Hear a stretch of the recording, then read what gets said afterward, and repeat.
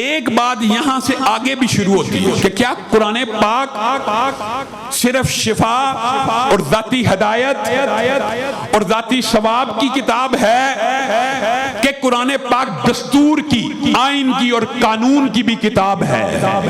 یہ مسئلہ سمجھنا بھی بڑا ضروری ہے۔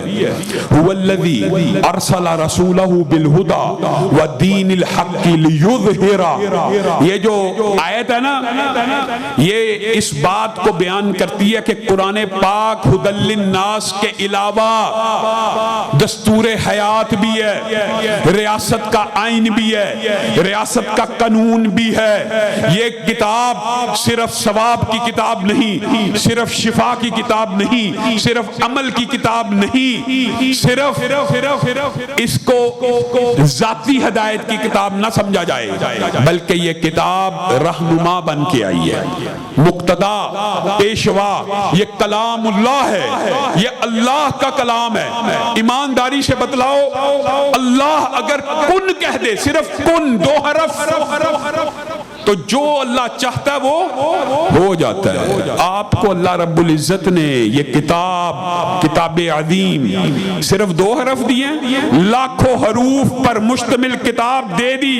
وَلَوْ أَنَّ قُرْآنًا سُيِّرَتْ بِهِ الْجِبَالُ أَوْ قُطِّعَتْ بِهِ الْأَرْضُ أَوْ كُلِّمَ بِهِ الْمَوْتَى، دنیا میں اگر کوئی کتاب ایسی ہے کہ جس سے پہاڑ چل پڑے، زمین پھٹ جائے، مردے زندہ ہو جائیں، اللہ کہہ رہا ہے مردے زندہ ہو جائیں، تو وہ کتاب کون سی ہے؟ صرف قرآن۔ یہ قرآن آپ کے اور میرے دلوں کو نرم کرنے کے لیے بھی آیا۔ یہ باتیں دباچے کے طور پہ ہیں کہ اگر یہ قرآن لو انزلنا ھذا القرآن علی جبل لرأیتہ خاشعا، یہ اگر پہاڑوں کے اوپر بھی نازل ہو جاتا وہ کپ کپانا شروع کر دیتے۔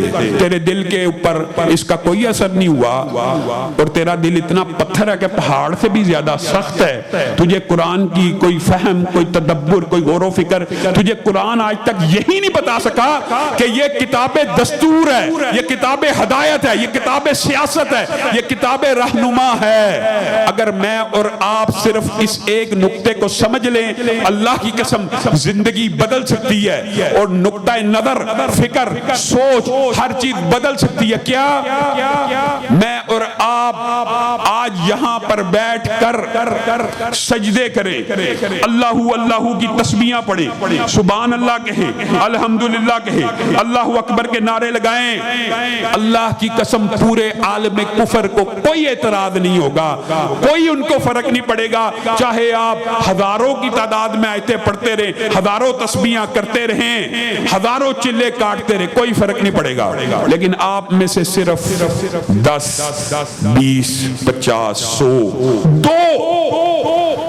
ایک بندہ بھی یہ بات لے کے کھڑا ہو جائے کہ یہ قرآن پاک ذاتی عمل کی بھی کتاب ہے اور دوسرے کے اوپر نافذ کرنے والی کتاب بھی ہے، یہ دستور حیات بھی ہے، یہ ریاست کا قانون بھی ہے، یہ نظام معیشت بھی ہے، یہ نظام عدالت بھی ہے، یہ نظام سیاست بھی ہے، تو پورا عالم کفر آپ کے خلاف کھڑا ہو جائے گا۔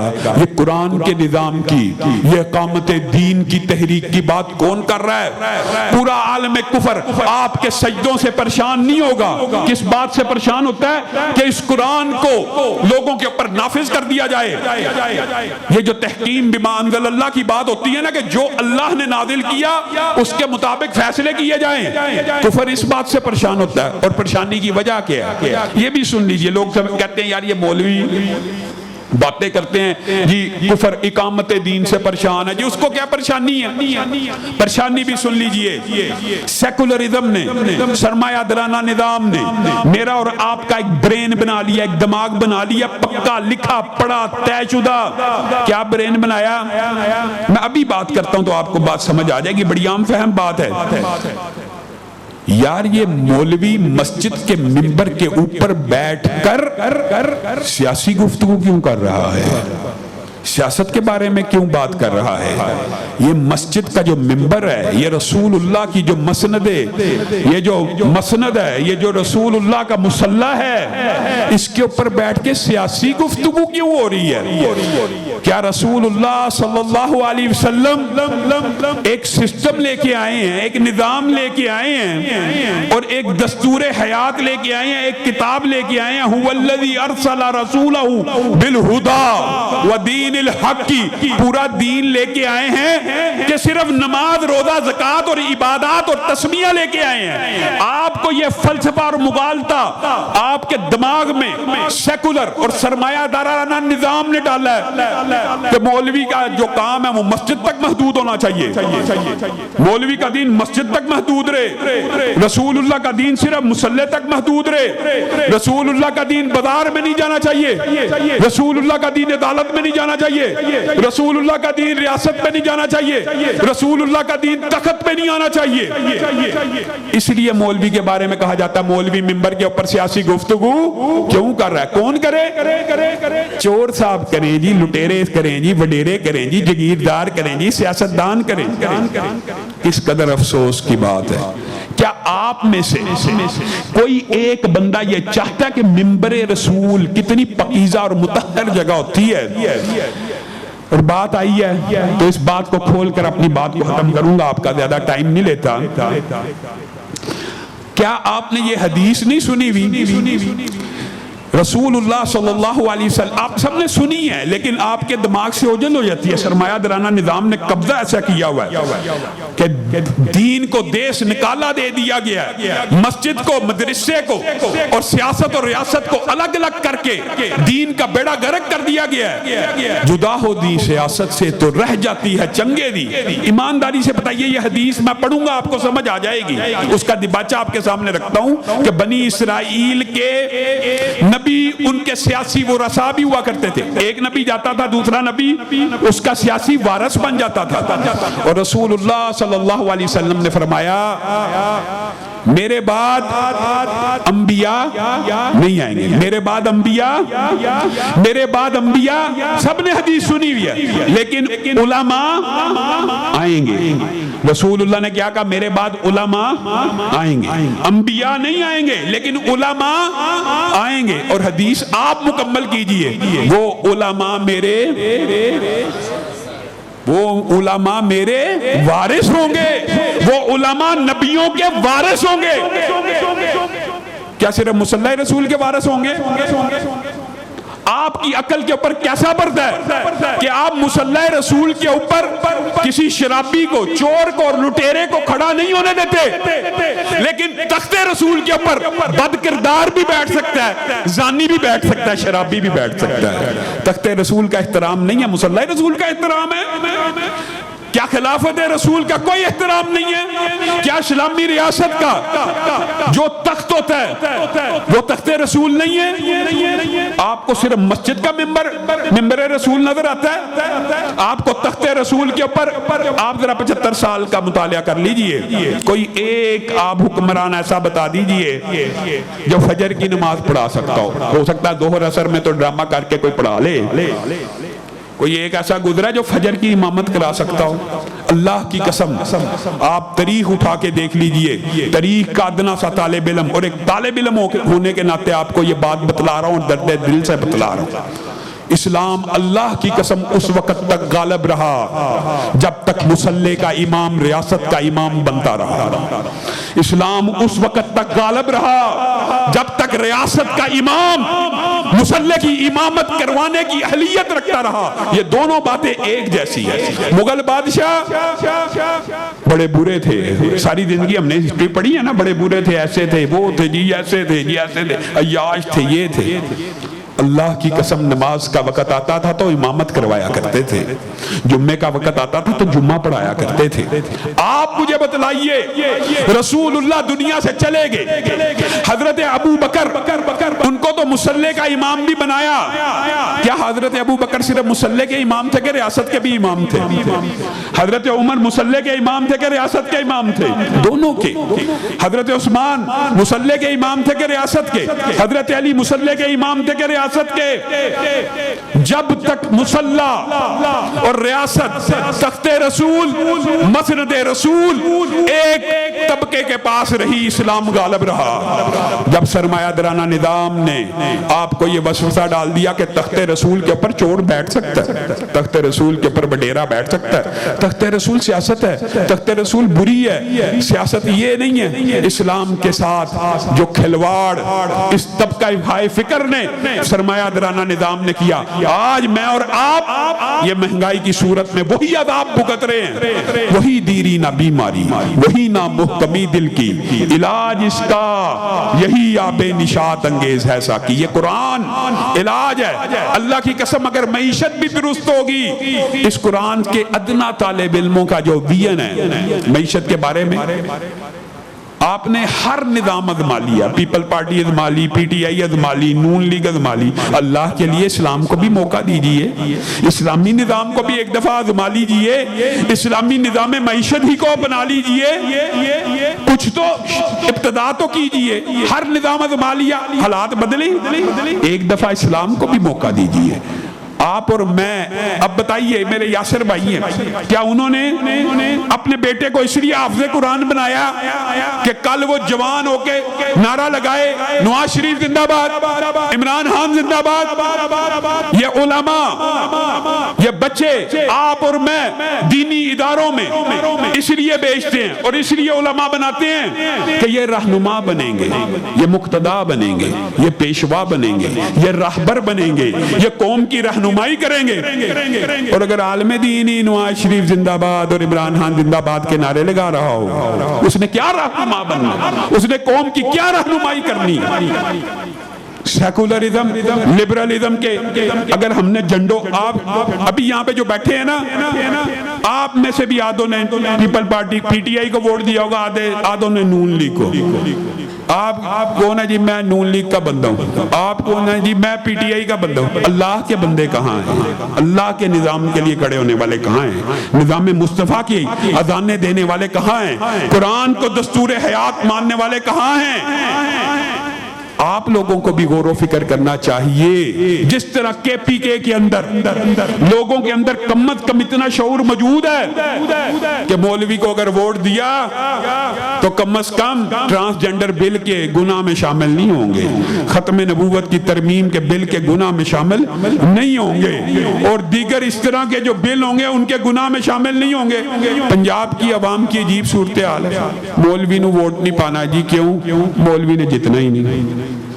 یہ کوئی فلسفہ ہے؟ اللہ نے آپ سے یہ پوچھنا ہے کہ وہ جیتا تھا کہ نہیں تھا جیتا. اللہ نے آپ سے جو سوال کرنا ہے وہ اس کی تیاری کرے کہ آپ نے حق کا ساتھ دیا کہ نہیں. مولوی نے جتنا ہی نہیں تھے, ووٹ ہی نہیں دیں. اور عجیب و غریب فلسفے, عجیب و غریب فلسفے. یار یہ ایک لمبی انٹلیکچوئل ڈبیٹ ہے. آج آپ یہ سوچ اور فکر لے کے جائیے کہ ہم جب تک زندہ رہیں گے چوروں اور لٹیروں سے اظہار برات کرتے رہیں گے, اپنی حد تک قرآن پاک کو بطور نظام, بطور دستور اور بطور منزل, اور یہ جو فلسفہ اگر پنجاب کی عوام سمجھ جائے, یار عام فہم بات ہے. ایک عام مسجد کا مولوی, سمجھانے کے لیے بات کر کے اپنی بات کو ختم کرتا ہوں, ایک عام مسجد کا مولوی عالم دین نہ بھی ہو, آپ کے آگے کھڑا ہوتا ہے کہ پیچھے کھڑا ہوتا ہے؟ آگے کھڑا ہوتا ہے. ایک ہی وقت ہوتا ہے جب مولوی سے آگے کوئی آگے بڑھتا ہے, جب وہ میت ہو جاتی ہے, جب جنازے کا وقت ہو, صرف وہی وقت ہوتا ہے, ورنہ مولوی آگے ہی کھڑا ہوتا ہے. وہ آپ کو قبول ہے کہ مسلح رسول کے اوپر مولوی کھڑا ہو جائے, لیکن یہ آپ کو قبول نہیں کہ تخت رسول پہ بیٹھ جائے. اللہ کے بندو, اپنی عقل کی, اپنی فکر کی اصلاح کرو. سبحان ربک رب العزت عما یصفون وسلام علی المرسلین والحمد للہ رب العالمین. میں گزارش کرتا ہوں محترم جناب عمر فاروق صاحب سے کہ وہ اختتامی کلمات ادا کریں. السلام علیکم ورحمۃ اللہ وبرکاتہ. الحمدللہ وحدہ والصلاة والسلام علی من لا نبی بعدہ. میں انتہائی مشکور ہوں حاضرین کا اور خاص کر علماء کرام کا، جناب عبدالغفار مدنی صاحب، جناب ریاست سان صاحب، جناب حشام صاحب اور دیگر علماء کرام اور قرائے حضرات، سب کا شکریہ ادا کرتا ہوں۔ اللہ رب العزت ان کو جزائے خیر عطا فرمائے، اللہ ان کو دن دگنی اور رات چگنی ترقی عطا فرمائے، اللہ ان کو ایمان اور اسلام والی زندگی عطا فرمائے۔ میں عبدالغفار مدنی صاحب سے گزارش کرتا ہوں کہ چند دعائیہ کلمات کہیں اور بات کو ختم کریں۔ بھئی دعا کریں دوسرے مدارس کی طرح مرکز، یہ بھی ایک بہت بڑا مرکز ہے، پہلے بھی میں آیا ہوں، اللہ اس کو بھی اور سب کو، ہشام بھائی کے مجھے بچہ بلکہ میرے بچے ہیں، مجھے گفتگو بہت پسند آئی کہ اس کو اپنی زندگیوں میں نافذ کریں، پر نہیں تو اپنے گھر میں، خاندان میں اپنے لیے کوشش کریں۔ اللہ نے ہم سے یہی پوچھنا ہے، فاتقوا اللہ ما استطعتم، اللہ سے ڈرو جتنی تمہیں طاقت ہے۔ تو اللہ تعالیٰ ہمارے حال پر رحم فرمائے۔ الحمدللہ رب العالمین، یا رب لک الحمد کما ینبغی لجلال وجہک وعظیم سلطانک، لا الہ الا انت سبحانک انی کنت من الظالمین، اللہ لا الہ الا هو الحی القیوم، الف لام میم، اللہ لا الہ الا هو الحی القیوم ونت الوجوه الحی القیوم، اللہم صلی علی محمد وعلی آل محمد کما صلیت علی ابراہیم وعلی آل ابراہیم انک حمید مجید، اللہم بارک علی محمد وعلی آل محمد كما باركت على إبراهيم وعلى آل إبراهيم إنك حميد مجيد، ربنا آتنا في الدنيا حسنة وفي الآخرة حسنة وقنا عذاب النار، ربنا آتنا من لدنك رحمة وهيئ لنا من أمرنا رشدا، ربنا هب لنا من أزواجنا وذرياتنا قرة أعين واجعلنا للمتقين إماما، اللهم إنا نسألك علما نافعا ورزقا طيبا وعملا متقبلا، يا حي يا قيوم برحمتك نستغيث، ربنا تقبل منا إنك أنت السميع العليم وتب علينا إنك أنت التواب الرحيم، وصلى الله تعالى على رسول خير خلقه محمد وآله وصحبه أجمعين۔